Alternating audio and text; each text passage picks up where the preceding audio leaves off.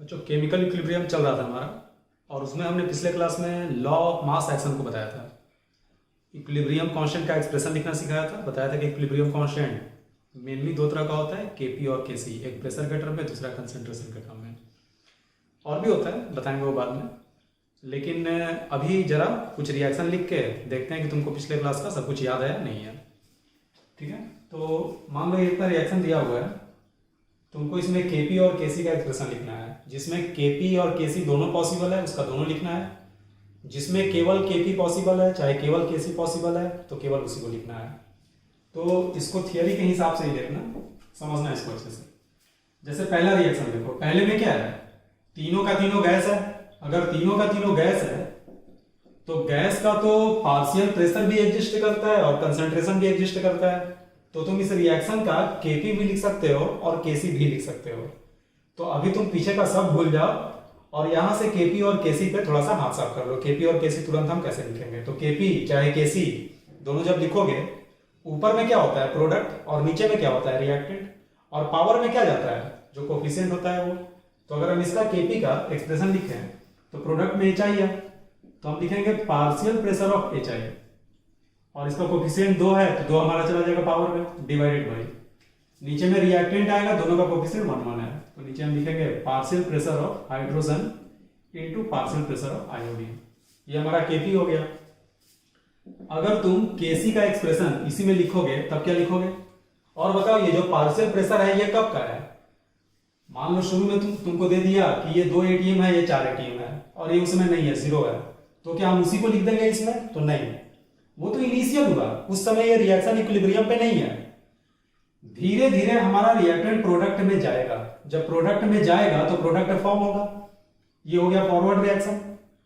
जैसे ही product form होगा, product जो है उल्टा जाना शुरू करेगा रिएक्टेंट की ओर, वो हो गया बैकवर्ड रिएक्शन। तो रिएक्टेंट जाएगा प्रोडक्ट में, प्रोडक्ट आएगा रिएक्टेंट में, और इस प्रक्रिया में रिएक्टेंट हमारा धीरे धीरे घटता जाएगा, प्रोडक्ट हमारा धीरे धीरे बढ़ता जाएगा। क्यों? क्योंकि फॉरवर्ड का रेट शुरुआत में बैकवर्ड के रेट की तुलना में ज्यादा होगा, तो फॉरवर्ड रिएक्शन ज्यादा तेजी से होगा। रीजन उसका लॉ ऑफ मास एक्शन। जो हमारा रेट ऑफ रिएक्शन था पिछले क्लास में देखना, वो रिएक्टेंट के प्रोपोर्शनल होता है। तो अगर हम फॉरवर्ड रिएक्शन की बात करें तो फॉरवर्ड रिएक्शन का रेट ज्यादा होगा शुरुआत में। क्यों? क्योंकि शुरुआत में हमारे पास रिएक्टेंट बहुत ज्यादा मात्रा में है, तो फॉरवर्ड तेजी से होगा। केपी के एक्सप्रेशन में जो भी प्रेशर आता है, चाहे केसी के एक्सप्रेशन में जो भी कंसंट्रेशन आता है, वो सारा का सारा इक्विलिब्रियम का डेटा होता है। इक्विलिब्रियम कब होता है? स्टार्टिंग में, एंड में, किसी भी टाइम पे। तो इक्विलिब्रियम किसी पर्टिकुलर टाइम पे होता है। किस समय होता है? जब फॉरवर्ड रिएक्शन का रेट और बैकवर्ड रिएक्शन का रेट आपस में इक्वल हो जाता है।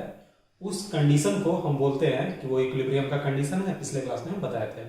ठीक है, फिर से बताते हैं।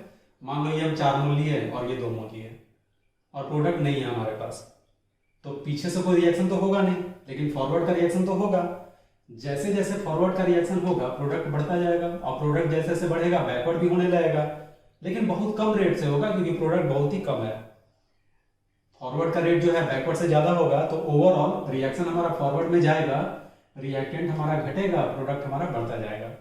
ये प्रक्रिया होती रहेगी, होती रहेगी, होती रहेगी। एक समय ऐसा आएगा कि रिएक्टेंट घटते घटते घटते घटते और प्रोडक्ट बढ़ते बढ़ते बढ़ते बढ़ते इतना हो जाएगा कि उस क्षण बैकवर्ड डायरेक्शन का रेट और फॉरवर्ड डायरेक्शन का रेट आपस में एग्जैक्ट इक्वल हो जाएगा। उसी कंडीशन को हम बोलते हैं इक्विलिब्रियम का कंडीशन, और वहीं से हमारा इक्विलिब्रियम कांस्टेंट का एक्सप्रेशन आता है। तो ये जो रेट वाली बात है, रेट जो हम डिस्कस करते हैं, इसके लिए अलग से चैप्टर है केमिकल काइनेटिक्स। उसमें हम देखेंगे कि जो हमारा फॉरवर्ड का रेट है वो किन किन चीजों पे डिपेंड करता है, कैसे डिपेंड करता है। इस चैप्टर में हमें एक बार जब हम इक्विलिब्रियम कांस्टेंट का एक्सप्रेशन ले आए तो डायरेक्ट हमको उस एक्सप्रेशन पे काम करना है पूरी तरीके से। ठीक है, अगर मान लो हम केसी लिख रहे हैं, पहली बात तो ये सारा का सारा जो है बच्चों, ये कब का है, तो ये इक्विलिब्रियम का डेटा है। ये प्रेशर जो है किसी भी रैंडम टाइम का तुम अपनी मर्जी से इस्तेमाल नहीं कर सकते हो। ये प्रेशर HI का, H2 का, I2 का उस समय का प्रेशर है जब हमारा फॉरवर्ड डायरेक्शन और बैकवर्ड डायरेक्शन आपस में इक्विलिब्रियम पे आ जाए, हमारा रिएक्शन जो है वो इक्विलिब्रियम पे आ जाए, दोनों डायरेक्शन का रेट जो है वो आपस में इक्वल हो जाए। ठीक है, चलो अगर हम केसी लिखना चाहें तो केसी कैसे लिखोगे? केसी में कंसंट्रेशन आता है, तो गैस का कंसंट्रेशन क्या होगा? वही से मोल बटा वॉल्यूम होगा, है ना। मोल जैसे कमरे में गैस है, HI गैस है, हाइड्रोजन भी है, आयोडीन भी है, तो कंसंट्रेशन क्या होगा, mole of H I divided by total volume. तो हम यहाँ लिखेंगे कंसंट्रेशन ऑफ एच आई कब का, इक्विलिब्रियम का, और उसका हो गया स्क्वायर डिवाइडेड बाई, अब रिएक्टेंट का लिखेंगे तो रिएक्टेंट का हाइड्रोजन का कंसंट्रेशन इनटू आयोडीन का कंसंट्रेशन। बुक वगैरह में देखोगे चाहे फ्यूचर में हम भी इस इक्विलिब्रियम वर्ड को नहीं लिखेंगे, क्योंकि अंडरस्टूड होता है कि इक्विलिब्रियम कांस्टेंट के एक्सप्रेशन में जो भी डेटा आता है वो इक्विलिब्रियम का ही आता है। ठीक है, जैसे ये अगला है, तो यहाँ भी तीनों का तीनों गैस है, तो अगर आप यहाँ पे केपी लिखोगे, केपी बराबर तो partial pressure of ammonia, coefficient है 2 तो स्क्वायर हो जाएगा। तो भले ही यहाँ इक्विलिब्रियम नहीं लिखा हुआ है, उसके बावजूद हमें पता है कि ये प्रेशर अमोनिया का कोई भी प्रेशर तुम इस्तेमाल नहीं कर सकते हो। इस रिएक्शन में उसी क्षण का तुम तीनों का प्रेशर यूज करोगे जिस क्षण ये रिएक्शन हमारा इक्विलिब्रियम में है। ठीक है, नीचे में क्या आएगा, pressure of nitrogen, pressure of hydrogen का पावर 3। देखो बच्चों, बाकी चीजों पे ध्यान मत देना, वो सब केवल नॉइज है। तुमको केपी और केसी अभी हम लिखना सिखा रहे हैं। एक बार तुम केपी और केसी लिखना सीख गए तो तुमको इस चैप्टर में बाकी किसी भी नॉलेज की जरूरत नहीं है, हम उसके बेसिस पे सारा का सारा चैप्टर देख लेंगे। ठीक है, तो अभी तुम प्रैक्टिस करके हर रिएक्शन का केपी और केसी पहले लिखना सीखो। अगर हम इसका केसी लिखें, केसी बराबर तो क्या आ जाएगा, कंसंट्रेशन ऑफ अमोनिया कब का, इक्विलिब्रियम का, power 2 divided by concentration of nitrogen, equilibrium लिखना कोई जरूरी नहीं है, अंडरस्टूड है, हाइड्रोजन का पावर हो जाएगा 3। इसको देखो, 2 यहाँ पे गैस है, 1 यहाँ पे सॉलिड है, तो अगर हम इसका लिखे केपी का एक्सप्रेशन, वैसे ये भी शायद सॉलिड ही होता है, गैस गलती से लिखा हुआ है, लेकिन हमें उससे मतलब नहीं है। रिएक्शन में जो दे देगा हम उसी के हिसाब से लिखते हैं। तो भले ही ये पॉसिबल ना होता हो, लेकिन अगर गैसियस दिया हुआ है तो हम केपी क्या लिखेंगे, पार्शियल प्रेशर ऑफ NiCO4। ठीक है, इसका पार्शियल प्रेशर डिवाइडेड बाई, अब देखो निकेल यहाँ प्योर सॉलिड है, बताया था पिछले क्लास में कि pure solid pure liquid, bracket में S चाहे ब्रैकेट में L लिखा रहे तो वो प्योर सॉलिड चाहे प्योर लिक्विड है।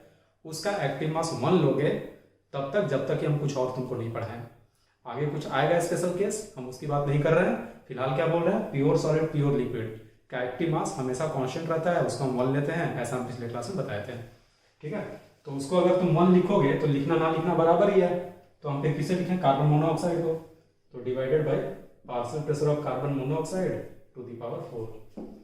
अगर आप Kc लिखोगे तो कंसंट्रेशन ऑफ निकेल CO4, ठीक है, divided by concentration of carbon monoxide का पावर 4। गैस लिखना कोई जरूरी नहीं है क्योंकि रिएक्शन में दिया हुआ है नहीं। अब देखो ये थोड़ा इंटरेस्टिंग आया, क्या इंटरेस्टिंग है इसमें, ये प्योर सॉलिड है तो ये तो आएगा नहीं, ये एक्वस है। एक्वस का मतलब क्या है, एक्वस का मतलब हुआ एक्वा का मतलब वाटर, एक्वस का मतलब हुआ कि पानी में HNO3 का सोल्यूशन है, उसमें आपने एक सॉलिड को ऐड किया, दोनों आपस में रिएक्शन किया, रिएक्शन करके वाटर बनाया जो कि लिक्विड फेज नहीं होगा। पानी में पानी का सोल्यूशन तो नहीं होता है, पानी तो प्योर होता है, साथ में ऐसा कंपाउंड होगा, है ना, लेकिन वाटर जो है उसका सोल्यूशन नहीं है, वाटर तो सॉल्वेंट है। यहाँ पे AgNO3 एक्वस, यानी कि यहाँ भी वाटर सॉल्वेंट है और साथ में सिल्वर नाइट्रेट है, सॉल्वेंट होगा ही क्योंकि प्रोडक्ट जो है वो तो एक ही मिक्सचर में है ना, तो पानी सॉल्वेंट है और उसी में सिल्वर नाइट्रेट है। अब देखो बच्चों, इसमें हम Kp नहीं लिख सकते। क्यों नहीं लिख सकते, क्योंकि Kp में गैस आता है, गैस का पार्शियल प्रेशर, इसमें कोई भी गैस नहीं है, तो इस रिएक्शन के लिए हमारा Kp एग्जिस्ट नहीं करेगा, इसमें केवल Kc एग्जिस्ट करेगा। और Kc का जब एक्सप्रेशन लिखोगे, L लिखा है यानी कि प्योर लिक्विड, तो इसका एक्टिव मास 1, एक्वस लिखा है तो एक्वस का मतलब कंपाउंड जो है वो सोल्यूशन में है, तो हम इसका कंसंट्रेशन लेंगे, इसको 1 नहीं लेंगे क्योंकि ये प्योर लिक्विड नहीं है, ये सॉल्वेंट नहीं है, ये सॉल्यूशन AgNO3 सॉल्यूट है जो कि सॉल्यूशन में मौजूद है। अगर एक्वस लिखे तो उसका कंसंट्रेशन लोगे, प्योर सॉलिड चाहे प्योर लिक्विड, प्योर सॉलिड चाहे प्योर लिक्विड लिखे तो उसका एक्टिव मास 1 लोगे। तो अगर इसका एक्सप्रेशन लिखें तो ये तो 1 हो गया, इसे क्या लिखोगे, इसे हम लिखेंगे कंसंट्रेशन ऑफ AgNO3, ठीक है, कोफिशिएंट 2 पावर में चला गया 2 डिवाइडेड बाई रिएक्टेंट में क्या इसे लिखेंगे तो नहीं, इसका 1 होगा, फिर इसे हम लिखेंगे, उसका हो जाएगा कंसंट्रेशन ऑफ HNO3 पावर 2। ठीक है, इसे देखो, गैस है, सॉलिड है, सॉलिड है, सॉलिड तो अपीयर नहीं होगा, उसका 1 हो जाएगा, गैस केवल अपीयर होगा, और क्योंकि गैस है तो इसका Kp भी एग्जिस्ट करेगा और Kc भी एग्जिस्ट करेगा। Kp क्या होगा, 1 अपॉन पार्शियल प्रेशर H2O का इक्विलिब्रियम पे power 7, 1 upon concentration of H2O to the power 7। Kc में कंसंट्रेशन, Kp में पार्शियल प्रेशर। अगर केवल एक्वस आ जाए तो उसका Kp एग्जिस्ट नहीं करेगा, केवल Kc एग्जिस्ट करेगा। ठीक है, नोट कर लो ये सारा।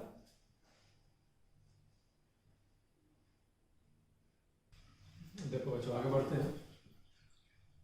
फिर से हम रिएक्शन ले रहे हैं ये वाला, नाइट्रोजन गैसियस 3 हाइड्रोजन गैसियस, और ये रिएक्शन करके बना रहा है 2 मोल अमोनिया गैसियस। ठीक है, इसका अगर Kp का एक्सप्रेशन लिखोगे, चाहे चलो Kc लिखते हैं, Kc का अगर एक्सप्रेशन लिखोगे तो अमोनिया का square divided by nitrogen into hydrogen का पावर 3। अब एक बात बताओ, हम यहाँ पे देखना चाह रहे हैं कि किसी भी रिएक्शन का इक्विलिब्रियम कांस्टेंट बहुत हाई हो, बहुत कम हो, तो वो क्या सिग्निफाई करता है। तो अगर मान लो केस 1 ले रहे हैं हम, अगर मान लो Kc जो है ना, तो Kc नहीं लिख के हम लिख रहे हैं K इक्विलिब्रियम। K इक्विलिब्रियम में Kp भी आ गया और Kc भी आ गया। अगर K इक्विलिब्रियम बच्चों 1 से बहुत बड़ा हो, 1 से बहुत बड़ा का मतलब क्या, 10 का पावर 5, 10 का पावर 6, 10 का पावर 10, 10 का पावर 26, इस रेंज में अगर हो, तो अगर ये इक्विलिब्रियम कांस्टेंट 10 का पावर 6 है, ऐसे सोचो डायरेक्ट इमेजिन करके, अगर ये 10 का पावर 6 है तो इक्विलिब्रियम पे इस रेशियो का वैल्यू 10 का पावर 6 है। इसका मतलब ये हुआ कि जिस क्षण इस रिएक्शन में इक्विलिब्रियम एस्टैब्लिश होगा, जब भी कभी एस्टैब्लिश हो, 2 घंटे बाद, 3 घंटे बाद, रिएक्टेंट कितना प्रोडक्ट में गया, प्रोडक्ट कितना बैकवर्ड आया, उस समय मतलब नहीं है, जब भी कभी इक्विलिब्रियम एस्टैब्लिश होगा उस समय ये इक्वेशन जो है ये तो होल्ड करेगा, ये इक्वेशन होल्ड करेगा। और के इक्विलिब्रियम फिक्स होता है, कांस्टेंट होता है। टेम्परेचर अगर कांस्टेंट है तो ये कांस्टेंट होता है। तो अगर इक्विलिब्रियम कांस्टेंट 10 का पावर 6 है, मान लो 10 का पावर 6 का मतलब कितना, 10 लाख। इसका मतलब ये हुआ कि इसका न्यूमरेटर जो है वो डिनोमिनेटर की तुलना में, ध्यान से सुनना, इस रेशियो में न्यूमरेटर जो है वो डिनोमिनेटर की तुलना में 10 का पावर 6 गुना ज्यादा है। अगर ये एग्जैक्ट इक्वल है 10 टू द पावर 6 के, इसका मतलब जो नीचे है ना, यानी नीचे कौन है, रिएक्टेंट, यानी रिएक्टेंट की तुलना में जो हमारा प्रोडक्ट है वो लगभग क्यों बोल रहे हैं, क्योंकि साथ में पावर भी है। ठीक है, ऐसा नहीं है कि हम लिख रहे हैं b बटा a लिखते हैं, तो b बटा a को अगर मान लो x बटा y लिख रहे हैं, तो ये अगर 1 के बराबर है तो x और y इक्वल हो जाएगा।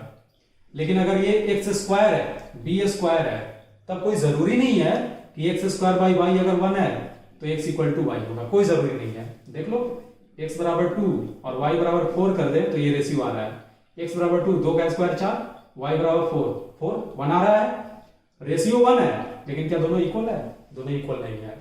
लेकिन हाँ, x और y एक दूसरे से कंपेरेबल है। कंपेरेबल का मतलब ऐसा नहीं है कि x की तुलना में y 10 लाख गुना बड़ा है, चाहे y की तुलना में x 10 लाख गुना बड़ा है, ऐसा नहीं है, कंपेरेबल है दोनों।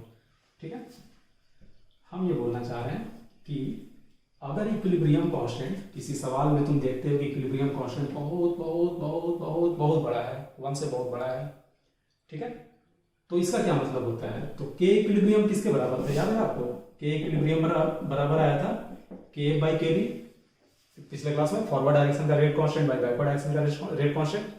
तो जब ये 1 से बहुत बड़ा है, इसे मिटा देते हैं, तो हम ये कमेंट कर सकते हैं कि kf जो है वो भी kb से बहुत बड़ा होगा। तो दोनों में से कुछ भी अगर तुमको दिख जाए, kf अगर kb से बहुत बड़ा है, चाहे k इक्विलिब्रियम 1 से बहुत बड़ा है, तो क्या हम ये कमेंट कर सकते हैं कि इक्विलिब्रियम पे अगर ये 1 से बहुत बड़ा है, ये हमारा 1 से बहुत बड़ा है, तो ये रेशियो 1 से बहुत बड़ा, रेशियो क्या है, प्रोडक्ट बाय रिएक्टेंट, और प्रोडक्ट बाय रिएक्टेंट 1 से बहुत बड़ा है, तो इक्विलिब्रियम पे प्रोडक्ट का मात्रा रिएक्टेंट की तुलना में बहुत बहुत बहुत बहुत बहुत ज्यादा होगा। हम लिख सकते हैं at equilibrium products will be much higher than reactants। अब देखो होता क्या है, मान लो तुम रिएक्टेंट ले लिए 3 मोल और ये ले लिए 4 मोल, ठीक है, और ये शुरू में 0 है, तो कोई भी रिएक्शन होता है ना बच्चों, वो पूरी तरह से प्रोडक्ट में नहीं जाता है। तुम अगर कोयला जलाते हो, कोयला वाला एग्जांपल बैड एग्जांपल है, लेकिन हम तुमको समझा सकते हैं उससे। अगर तुम कोयला जलाते हो तो तुम नोटिस करते हो कि सारा कोयला नहीं जलता है, थोड़ा बहुत बचा हुआ रहता है। तो उसके बचे होने का रीजन तो कुछ और होता है, लेकिन मान के चलो कि कोई रिएक्शन तुम कराते हो तो वो रिएक्शन तभी तक होगा जब तक इक्विलिब्रियम ना आ जाए, उसके आगे नहीं होगा। मान लो ये 3 मोल है, ये 4 मोल है, दोनों खत्म होकर प्रोडक्ट बनाया, खत्म होकर प्रोडक्ट बनाया, खत्म होकर प्रोडक्ट बनाया, और अभी ये बचा हुआ ही है। और तुम नोटिस करोगे कि लास्ट में जितना बचा हुआ है वो आपस में रिएक्शन नहीं कर रहा है, या यूं बोलो कि उसका अमाउंट जो है वो खत्म नहीं हो रहा है, कम नहीं हो रहा है। उसका रीजन ये है कि इक्विलिब्रियम आ चुका है ना। तो इक्विलिब्रियम जब आएगा, ये मान लो 3 मोल, ये मान लो 4 मोल, ये है 0, ठीक है।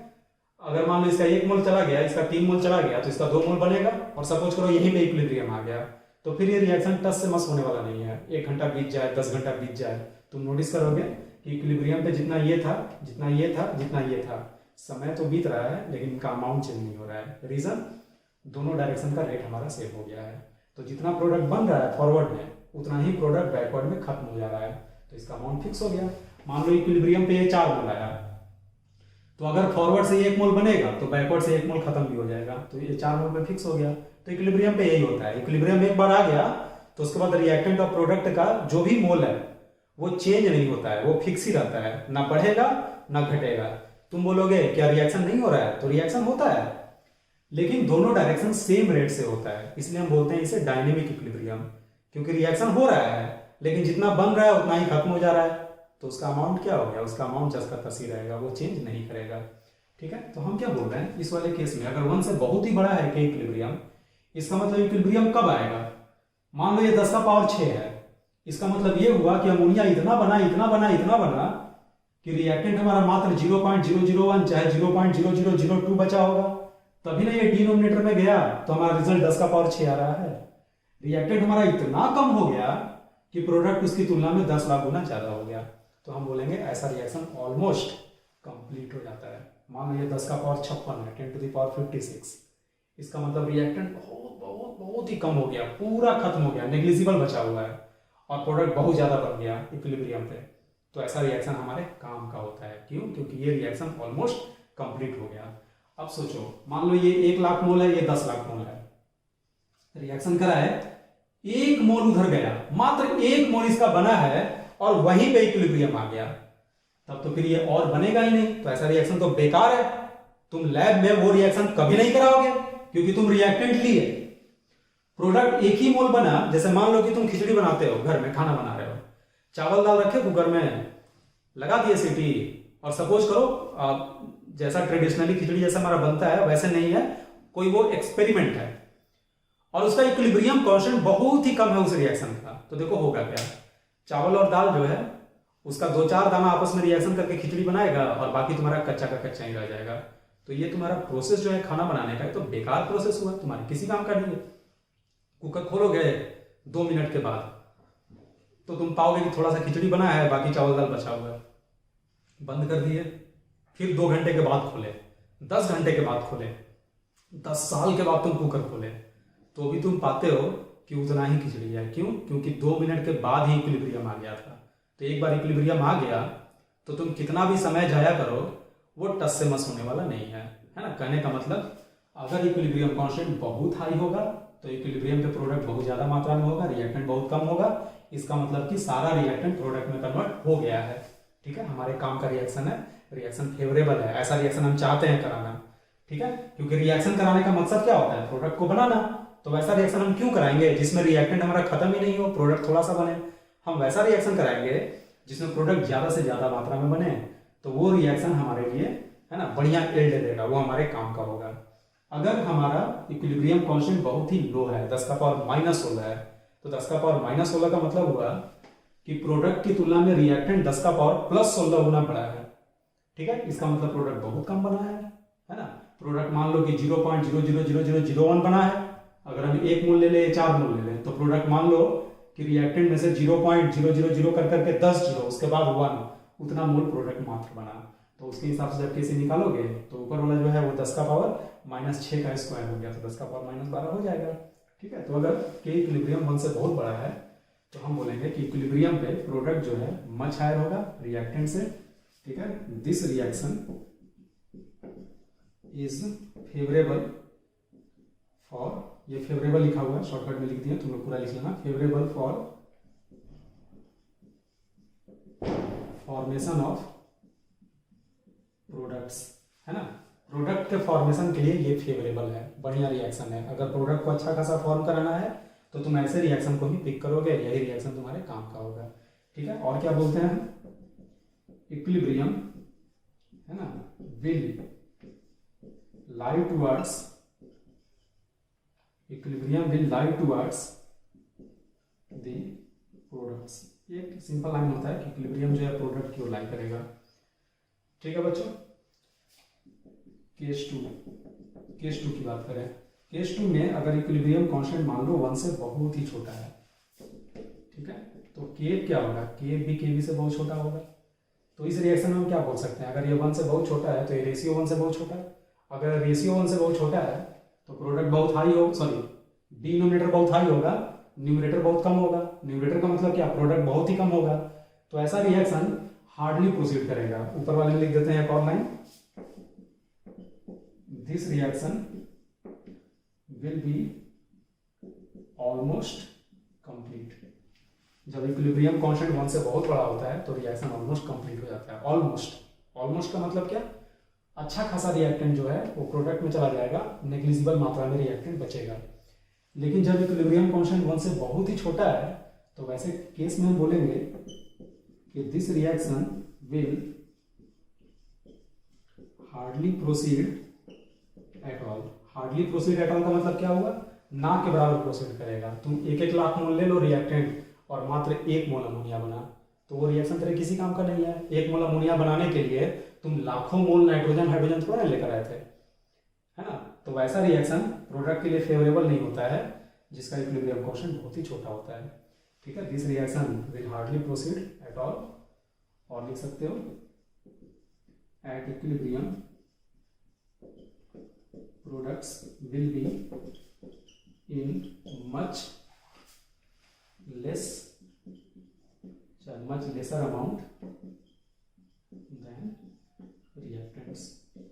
ठीक है, रिएक्टेंट की तुलना में जो प्रोडक्ट है बहुत ही कम मात्रा में होगा, है ना। और ऐसा रिएक्शन प्रोडक्ट के फॉर्मेशन के लिए फेवरेबल नहीं होता है। ठीक है बच्चों, तो ये दोनों तो नोट ही कर ही लोगे। एक और काम करो, केस 3 हम इधर लिख देते हैं।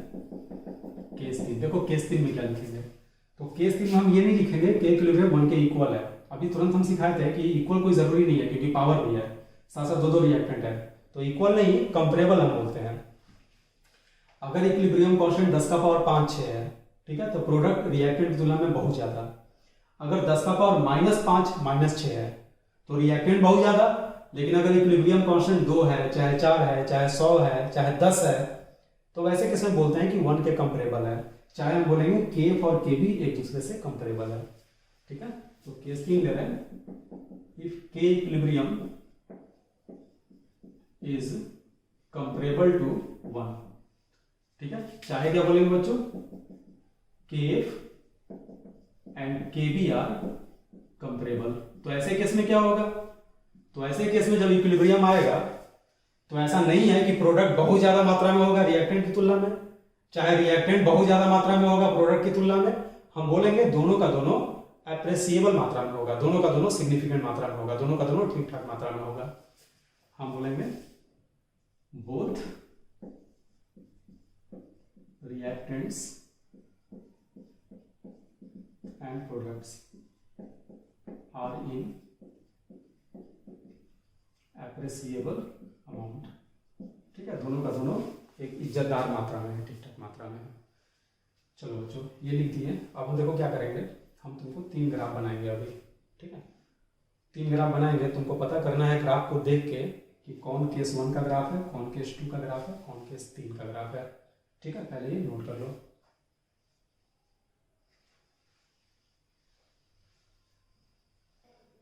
चलो बढ़ते हैं आगे। देखो बच्चों, सिंप्लिसिटी के लिए हम रिएक्शन ये ले रहे हैं, ए से बी। ए से बी है तो के इक्विलिब्रियम बराबर क्या होगा, मान लो के सी अगर लिखते हो, के सी बराबर तो concentration of B by concentration of A. अब ग्राफ हम खींच रहे हैं, देखो मान लो ये रिएक्शन कोऑर्डिनेट है। रिएक्शन कोऑर्डिनेट का मतलब देखो क्या होता है, रिएक्शन कोऑर्डिनेट वास्तव में टाइमलाइन होता है। टाइमलाइन का मतलब क्या, मान लो शुरू में हम रिएक्टेंट को ए मोल लिए हैं और प्रोडक्ट उस समय 0 है। ठीक है, ये जो एक्सिस है यहाँ पे कंसंट्रेशन है। पहले ग्राफ समझ लो, ग्राफ कैसे स्केच किया जाता है।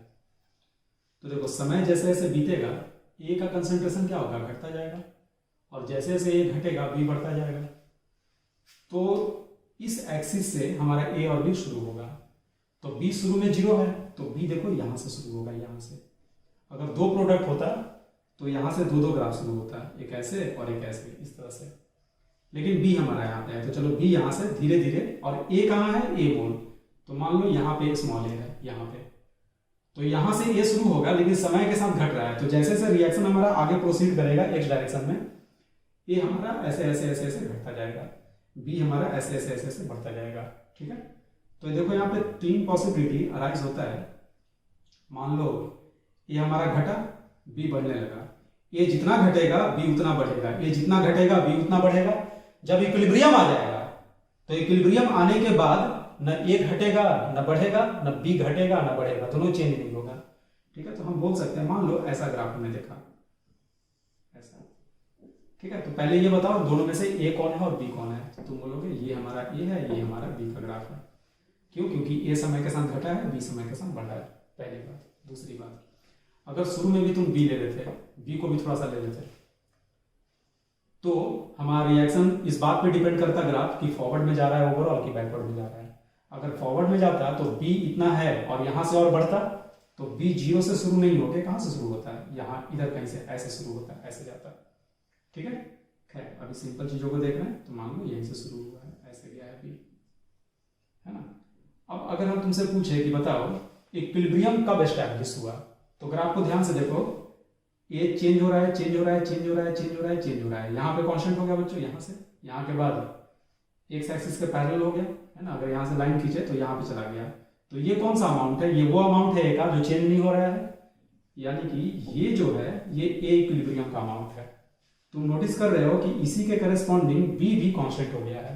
अगर ए चेंज नहीं हो रहा तो बी भी चेंज नहीं होगा, क्योंकि ए के कमने से ही तो बी बनता है ना।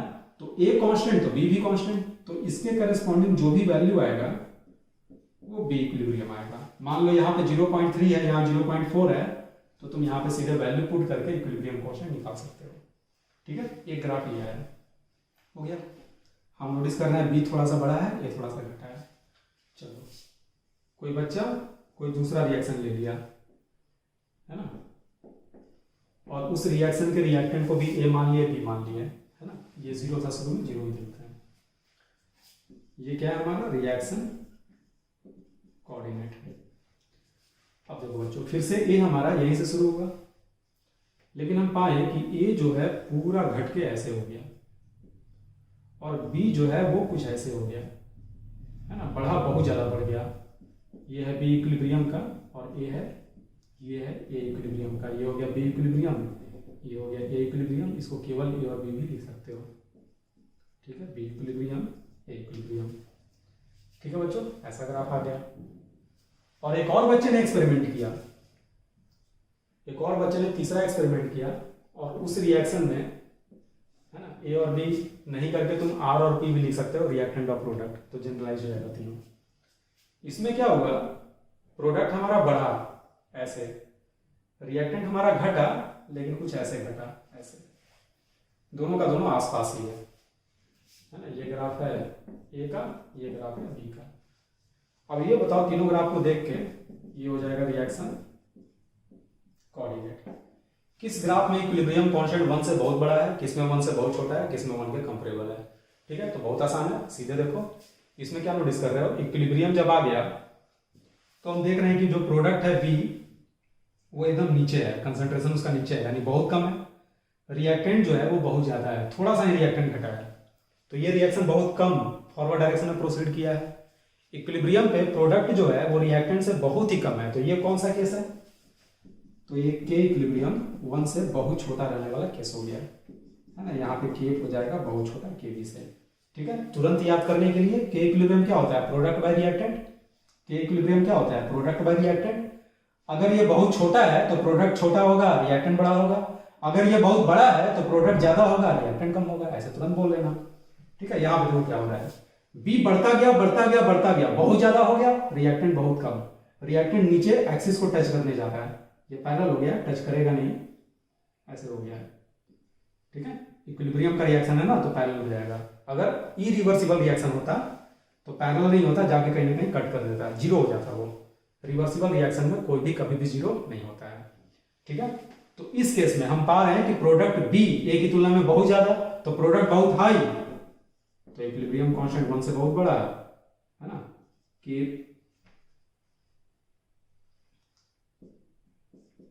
कि एफ जो होगा वो बहुत बड़ा हो जाएगा के बी की तुलना में, ठीक है बच्चों। ये भी हो गया। अब इसमें देखो, इसमें हम पा रहे हैं कि दोनों का दोनों कंपेरेबल है। अगर कंपेरेबल है तो हम क्या कमेंट करेंगे, अगर ये कंपेरेबल है इसका मतलब दोनों का दोनों ठीक ठाक मात्रा में होगा, तो हम बोलेंगे के इक्विलिब्रियम इज इक्वल टू 1, तो इक्वल नहीं बोलते हैं, बताए थे, के इक्विलिब्रियम इज कंपेरेबल टू 1, है ना, के एफ इज कंपेरेबल टू के बी। कंपेरेबल ये भी मत लिख देना कि अप्रॉक्सीमेटली इक्वल टू, ये भी गलत है लिखना, कंपेरेबल लिखना। कंपेरेबल का मीनिंग अलग अलग सिचुएशन में अलग अलग होता है। अगर बहुत हाई 10 का पावर 16 है, बहुत लो 10 का पावर -10 है, तो 1000 जो है वो भी कंपेरेबल हो जाएगा, है ना। अगर 1000 गुना का भी डिफरेंस है तो हम बोलेंगे कंपेरेबल है। 10 का पावर 20 की तुलना में तो 1000 कंपेरेबल ही हो जाएगा। तो बहुत हाई बहुत लो पे डिपेंड करता है कंपेरेबल कौन सा है। अगर बहुत हाई बहुत लो बहुत ही हाई है तो कंपेरेबल 1000 गुना 100 गुना के डिफरेंस पर भी हो जाएगा।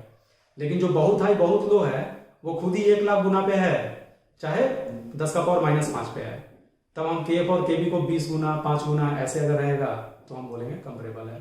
तो वो सब तुमको देख देख कर आइडिया लगना शुरू हो जाएगा, ठीक है। नोट कर लो इसको भी।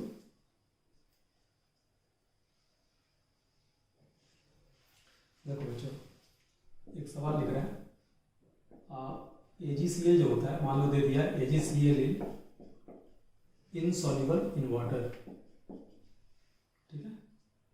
AgCl is insoluble in water, और तुमसे बोला कि ये जो रिएक्शन है AgCl सॉलिड को वाटर में डाल दिया तो ये टूट गया। किसमें टूटा, Ag + aqueous और Cl - aqueous में। बोल रहा है कि बताओ इसका इक्विलिब्रियम कांस्टेंट बहुत हाई होगा या बहुत लो होगा। चाहे AgCl AgBr भी होता है ना, AgCl BaSO4 भी लिख देते हैं, BaSO4। दूसरा रिएक्शन दिया है Ba2 + aqueous जोड़ SO4 2 - aqueous, और इससे बन रहा है BaSO4 सॉलिड। तुमसे बोल रहा है दोनों रिएक्शन के इक्विलिब्रियम कांस्टेंट पे कमेंट करो, है ना, किसका बहुत हाई होगा किसका बहुत लो होगा, कौन सा रिएक्शन हार्डली प्रोसीड करेगा, कौन सा रिएक्शन ऑलमोस्ट कंप्लीट हो जाएगा। तो देखो, अगर ये इनसॉल्युबल होता है पानी में, इसका मतलब कि अपने आयंस में नहीं टूटना चाहेगा। वाटर में डालोगे तो आयंस में नहीं टूटेगा ये दोनों का दोनों। अगर आयंस में नहीं टूटना चाहेगा तो आयन बहुत ही कम मात्रा में होगा, बहुत बहुत बहुत ही कम मात्रा में, बस उससे तुमको आंसर मिल जाएगा। जैसे पहला रिएक्शन है, इसमें आयंस हमारा प्रोडक्ट में है और आयंस हमारा बहुत ही कम मात्रा में है, यानी प्रोडक्ट बहुत ही कम मात्रा में। और जब प्रोडक्ट हमारा बहुत कम मात्रा में होता है तो के इक्विलिब्रियम क्या होता है, 1 से बहुत छोटा होता है, और के इक्विलिब्रियम 1 से बहुत छोटा होता है, तो हम बोलेंगे हार्डली प्रोसीड, ये ना के बराबर प्रोसीड करेगा, ठीक है। इसको देखो, इसमें आयंस हमारा रिएक्टेंट में है, तो रिएक्टेंट बहुत छोटा है, तो इक्विलिब्रियम कांस्टेंट बराबर क्या होता है, प्रोडक्ट बाय रिएक्टेंट, और रिएक्टेंट डिनोमिनेटर में बहुत छोटा हो गया तो के इक्विलिब्रियम बहुत हाई हो जाएगा। ऐसे भी सोचो, रिएक्टेंट अगर बहुत कम है तो प्रोडक्ट बहुत ज्यादा होगा, है ना। तो रिएक्टेंट बहुत कम प्रोडक्ट ज्यादा, तो के इक्विलिब्रियम जो है बहुत हाई हो जाएगा, इज वेरी हाई। और वेरी हाई का मतलब क्या, ऑलमोस्ट कंप्लीट हो जाएगा। क्या सिग्निफिकेंस हुआ इसका, अगर तुम वाटर में AgCl को डालते हो तो वो AgCl चुपचाप जाके नीचे बैठ जाएगा, वो हार्डली प्रोसीड करेगा, अपने आयंस में नहीं टूटेगा। लेकिन अगर तुम आयंस डाल देते हो, Ag + Cl- का आयन उसमें ऐड कर दो, चाहे बेरियम 2+ और सल्फेट का आयन ऐड कर दो, तो आयन ऐड नहीं होता है। जैसे बेरियम क्लोराइड ऐड कर दो BaCl2 तो वो Ba2+ दे देगा, H2SO4 ऐड कर दो तो वो सल्फेट दे देगा। तो जैसे ही ऐड करोगे ना, दोनों तुरंत आपस में रिएक्शन करके प्रोडक्ट बना देगा। क्यों, क्योंकि रिएक्शन क्या हो रहा है, ऑलमोस्ट कंप्लीट हो जा रहा है। तो ये लगभग 100% प्रोडक्ट में चला जाएगा और ये लगभग 0% प्रोडक्ट में जाएगा, ठीक है, क्योंकि आयंस इसका प्रोडक्ट में है और इसका आयंस जो है वो रिएक्टेंट में है। क्लियर हो गया, नोट कर लो।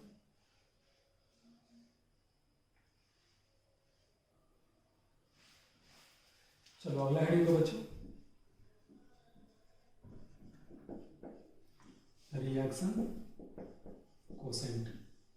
रिएक्शन कोसेंट को हम रिप्रेजेंट करते हैं क्यू से। ये क्या होता है, तो रिएक्शन कोसेंट इक्विलिब्रियम कांस्टेंट का ही एक्सप्रेशन होता है, लेकिन वो तुम किसी भी टाइम पे लिख सकते हो। जैसे इक्विलिब्रियम कांस्टेंट को केवल इक्विलिब्रियम पे लिखा जाता है। जैसे मान लीजिए रिएक्शन ये है A aqueous plus B aqueous, equilibrium में है सी इक्वस और डी इक्वस के साथ ए क्यू है।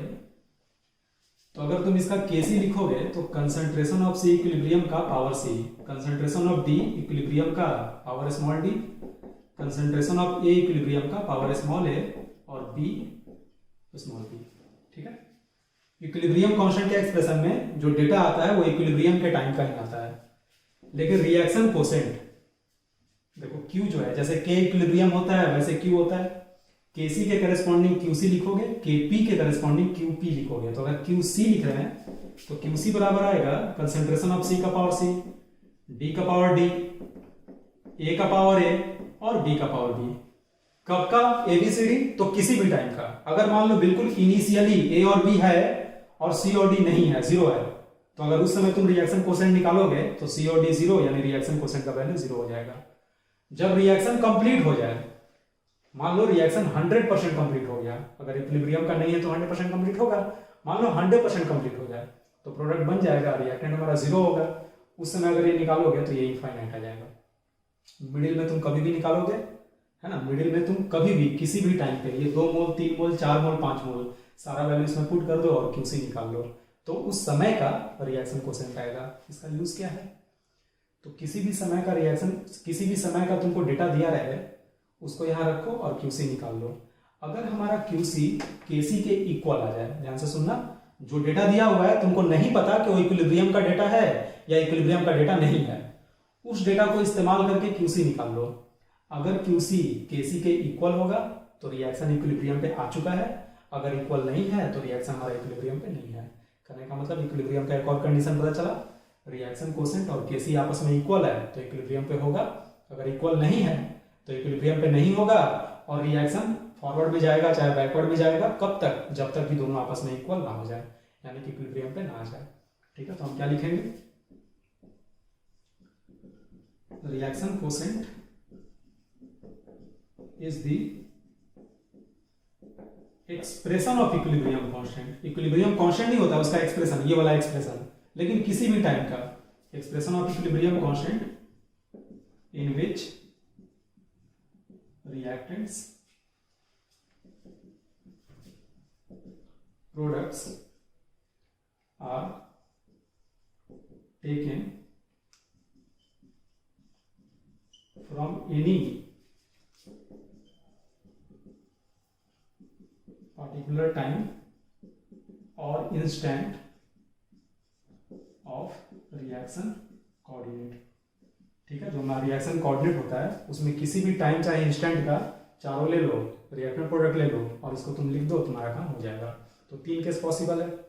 तुम अगर रिएक्शन कोसेंट किसी भी टाइम का निकाल दिए तो वो KC से बड़ा हो सकता है, चाहे छोटा हो सकता है, चाहे इक्वल हो सकता है। तो हम केस ले रहे हैं केस 1। अगर मान लो बच्चों QC जो है, चाहे Q लिख रहे हैं, अगर Q हमारा K इक्विलिब्रियम से बड़ा है, यहाँ बहुत बड़ा सा मतलब नहीं है, यहाँ पास बड़ा, अगर इनफाइनाइटेसिमल से भी बड़ा है यानी इक्विलिब्रियम पे नहीं है रिएक्शन, हम लिखेंगे रिएक्शन इज नॉट एट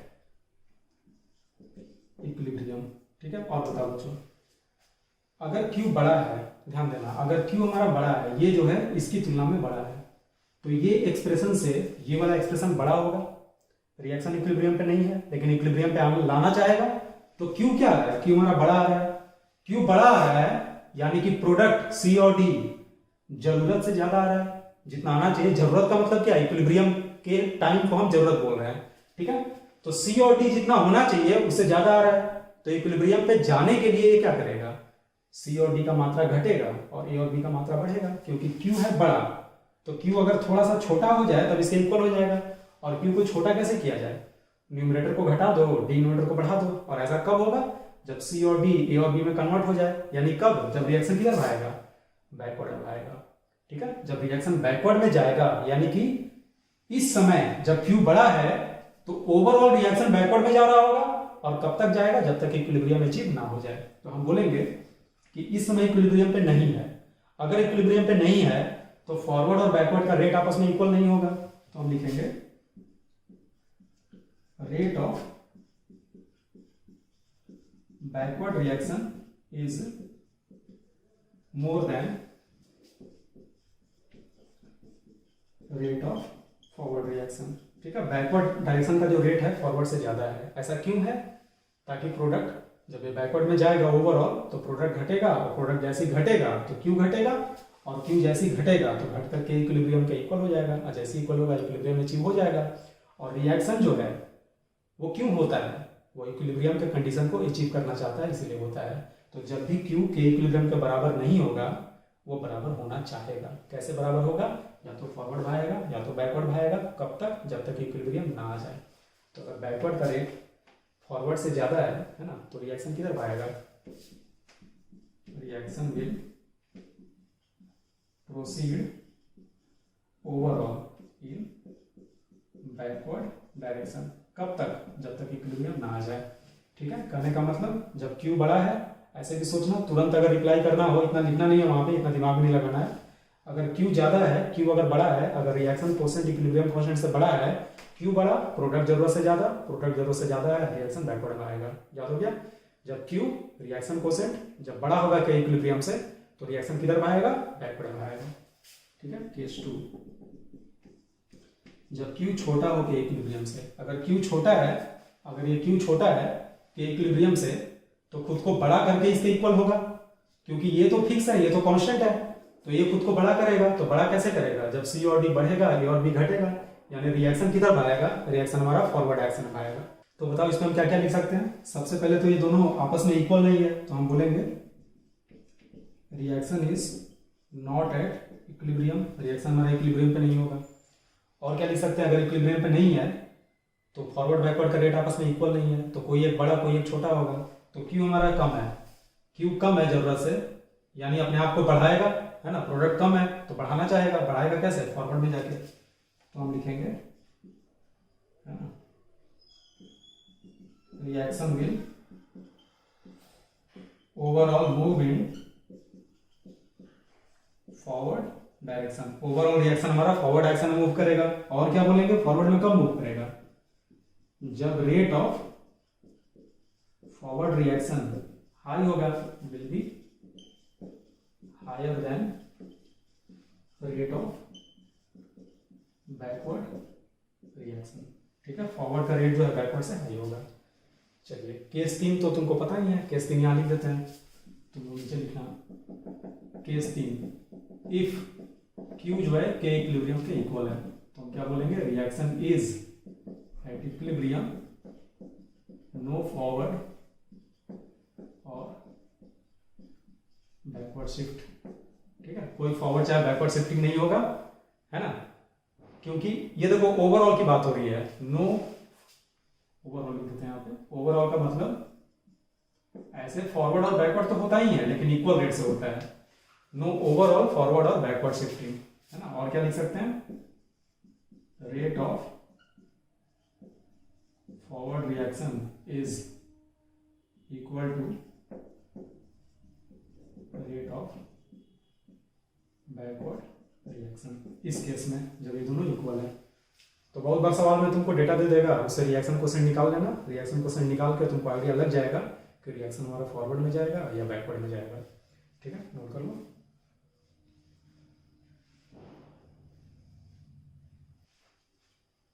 चलो बच्चों, आगे देखा जाए। मान लीजिए ये रिएक्शन है ए से बी, तो इक्विलिब्रियम कांस्टेंट इसका मान लो K1 है, तो K1 बराबर क्या लिखोगे? कंसंट्रेशन ऑफ बी इक्विलिब्रियम का by concentration of A equilibrium का। ठीक है, अब देखो रिएक्शन को उल्टा कर दो। मान लो रिएक्शन को हमने लिख दिया B से A, उल्टा करके लिख दिया है, तो इसका इक्विलिब्रियम कांस्टेंट K2 बराबर क्या होगा? A by B. और A बाई बी का मतलब क्या? A बाई बी, यहां से देखो तो A बाई बी को हम क्या लिख सकते हैं? K2 बराबर 1 बाई K1 हो जाएगा क्या? तो ये एक इंपॉर्टेंट चीज आया, है ना। कहने का मतलब अगर हम रिएक्शन को उल्टा कर दें तो हम पा रहे हैं कि उसका जो इक्विलिब्रियम कांस्टेंट है वो रेसिप्रोकल हो जाता है। ऊपर वाले रिएक्शन का इक्विलिब्रियम कांस्टेंट K1 था, अगर हम रिएक्शन को उल्टा कर दिए तो इस रिएक्शन का इक्विलिब्रियम कांस्टेंट 1 बाई K1 हो गया। याद रखना, बहुत काम आता है।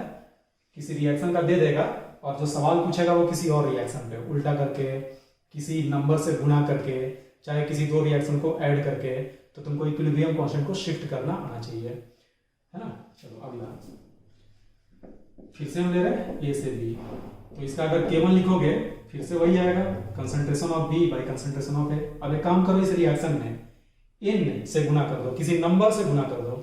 तो मान लो अगर हम n से गुना करें तो ये हो जाएगा Na Nb, यानी कोफिशिएंट हम चेंज कर दिए, रिएक्शन वही है लेकिन कोफिशिएंट चेंज हो गया। अब इसका अगर K2 लिखोगे तो कंसंट्रेशन ऑफ B का power n divided by concentration of A का पावर n, और B बाई A को क्या लिख सकते हो K1, तो ये हो गया K1 का पावर n। क्या नोटिस किए, K2 बराबर K1 का पावर n आया। कहने का मतलब किसी रिएक्शन में अगर किसी नंबर से गुना करते हो तो नया वाला जो इक्विलिब्रियम कांस्टेंट है ना, वो पुराने इक्विलिब्रियम कांस्टेंट में उतना ही का पावर आ जाता है। अगर मान लो पहले इक्विलिब्रियम कांस्टेंट 10 था और तुम 2 से गुना कर दिए तो नया इक्विलिब्रियम कांस्टेंट 100 हो जाएगा, 10 का स्क्वायर।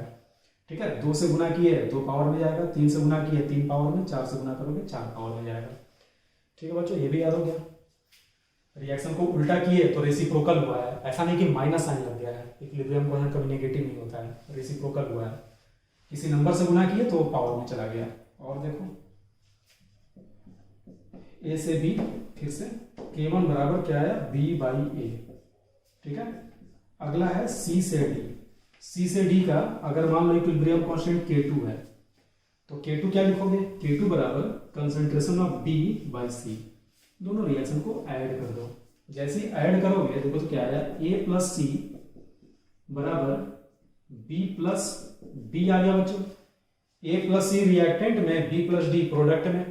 अगर इसका इक्विलिब्रियम कांस्टेंट का K3 लिखोगे, K3, तो K3 बराबर यहां से बताओ क्या आएगा, K3 बराबर concentration of B into D divided by A into C, है ना, यहां से आ गया। अब वैल्यू रिप्लेस कर दो, B बाई A को क्या लिख सकते हो K1 और D बाई C को लिख सकते हो K2, तो यहां से आ गया K3 बराबर K1 इंटू K2 आ गया। कहने का मतलब अगर दो रिएक्शन को ऐड करोगे तो उनका इक्विलिब्रियम कांस्टेंट मल्टीप्लाई हो जाता है ना। तो ये कुछ चीजें हैं, इनको आप लोग दिमाग में रखना। दो रिएक्शन को हम ऐड किए तो इक्विलिब्रियम कांस्टेंट में क्या फर्क पड़ा, इक्विलिब्रियम कांस्टेंट एक दूसरे से मल्टीप्लाई हो गया। ठीक है, तो 2-3 रिएक्शन दे देगा और तुमसे चौथे का पूछेगा कि इक्विलिब्रियम कांस्टेंट क्या होगा, तो तुम इस तरीके से निकाल लोगे। हाँ, नोट करो, इसका एक दो एग्जाम्पल देखते हैं।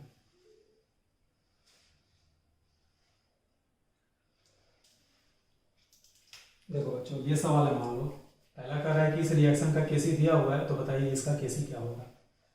तो जो दिमाग लगाने वाला बच्चा है वो तो देख के कर देगा। ध्यान से देखो, इस रिएक्शन को पहले उल्टा किया गया क्योंकि SO2 और O2 यहाँ रिएक्टेंट में है, और साथ साथ देखो क्या किया गया है, यहाँ पे SO2 है, यहाँ 2SO2 है, यानी कि एक बार इसको उल्टा किया फिर 2 से गुना कर दिया। तो इसका अगर इक्विलिब्रियम कांस्टेंट पूछ रहा है, चाहे केसी इसका अगर पूछ रहा है, ये केसी अलग अलग है, तो इसका केसी क्या होगा, पहले उल्टा करो, तो उल्टा करोगे तो इसका रेसिप्रोकल हो जाएगा, यानी 1.1/4.9 इंटू 10 टू द पावर -2। और उल्टा करने के बाद 2 से गुना किया है, तो 2 से गुना किया है तो पावर में 2 चला जाएगा, है ना, आ गया हमारा आंसर। तो ये डायरेक्ट दे के भी तुम कर सकते हो। अगर तुरंत तुमको नहीं दिख रहा तो एक काम करो, स्टेप वाइज करो, पहले इसको उल्टा कर दो, तो SO2 प्लस हाफ O2 बराबर SO3। अगर उल्टा किए तो इक्विलिब्रियम कांस्टेंट कितना हो जाएगा, 1/4.9 इंटू 10 टू द पावर -2। लेकिन हम देख रहे हैं यहाँ 2SO2 है, O2 है और 2SO3 है, तो अगर हम इस रिएक्शन में 2 से गुना कर दें, इसमें 2 से, तो 2 से अगर गुना करोगे तो यहाँ लिख रहे हैं गुना 2 करके, क्या आ जाएगा, 2SO2 प्लस O2 बराबर 2SO3। तो आ गया, और जिस नंबर से गुना करते हैं वो कहाँ जाता है, पावर में, तो ये हो जाएगा 1/4.9 इंटू 10 टू द पावर -2 का पावर 2 हो गया। ठीक है, अब इसको देखो, इसमें ये रिएक्शन दिया, ये रिएक्शन दिया, और कह रहा है इसका बताओ क्या होगा। तो तुम्हें करना क्या है, इन दोनों को उल्टा सीधा करके कैसे भी करके कुछ ऐसे जोड़ना है कि ये रिएक्शन आ जाए। तो कैसे देखा जाए, देखो हमें पहले किसको लाना है, H2 -, तो इसमें ढूंढो कहाँ पे H2 है। तो देखो यहाँ पे H2 है, S नीचे में 2 और ऊपर में 2 H2 और तो कहीं नहीं है। तो ये अगर हमें यहाँ लाना है तो इस रिएक्शन को उल्टा करना होगा, तो इसको पहले उल्टा कर दो। इसको अगर उल्टा करेंगे तो ये रिएक्टेंट यानी H2 से ये बनेगा, यानी S प्लस S ऊपर में 2 S जोड़ H2 इक्विलिब्रियम कांस्टेंट 1/12 हो जाएगा।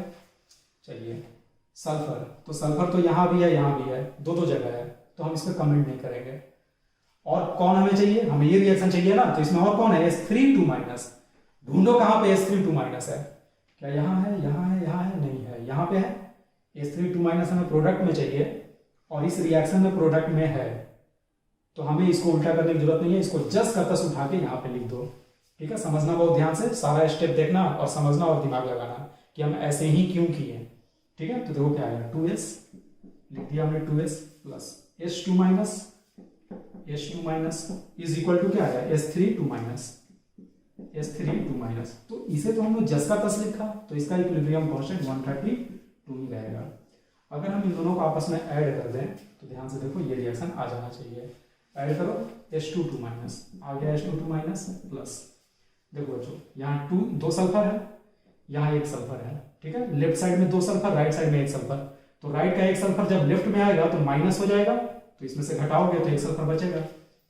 लेफ्ट में H2- है, राइट में H2- है, तो ये और ये तो कैंसिल हो जाएगा, अपोजिट साइड में है, अपोजिट साइड वाला कैंसिल हो जाता है, सेम साइड वाला ऐड हो जाता है। ठीक है, अब जाओ प्रोडक्ट में, तो इसे और इसे मिलाकर हमने यहाँ लिख ही दिया था, ये कैंसिल ही हो गया, तो बचा केवल ये, तो इसे लिख दो H3 2-। दो रिएक्शन को ऐड किए हो, तो रिएक्शन को ऐड करने पे इक्विलिब्रियम कांस्टेंट मल्टीप्लाई हो जाता है, अभी बताया था। तो इसका इक्विलिब्रियम कांस्टेंट क्या आएगा, 1/12 गुना 132, यानी आ जाएगा 11। आ गया, नोट कर लो। तो बच्चों आज के लिए इतना ही, अगले क्लास में देखेंगे हम लोग, इसी में आगे केपी और केसी जो देखे थे उसमें हम लोग रिलेशन देखेंगे कि दोनों में क्या रिलेशन होता है। ठीक है, तो मिलते हैं हम लोग अगले क्लास में।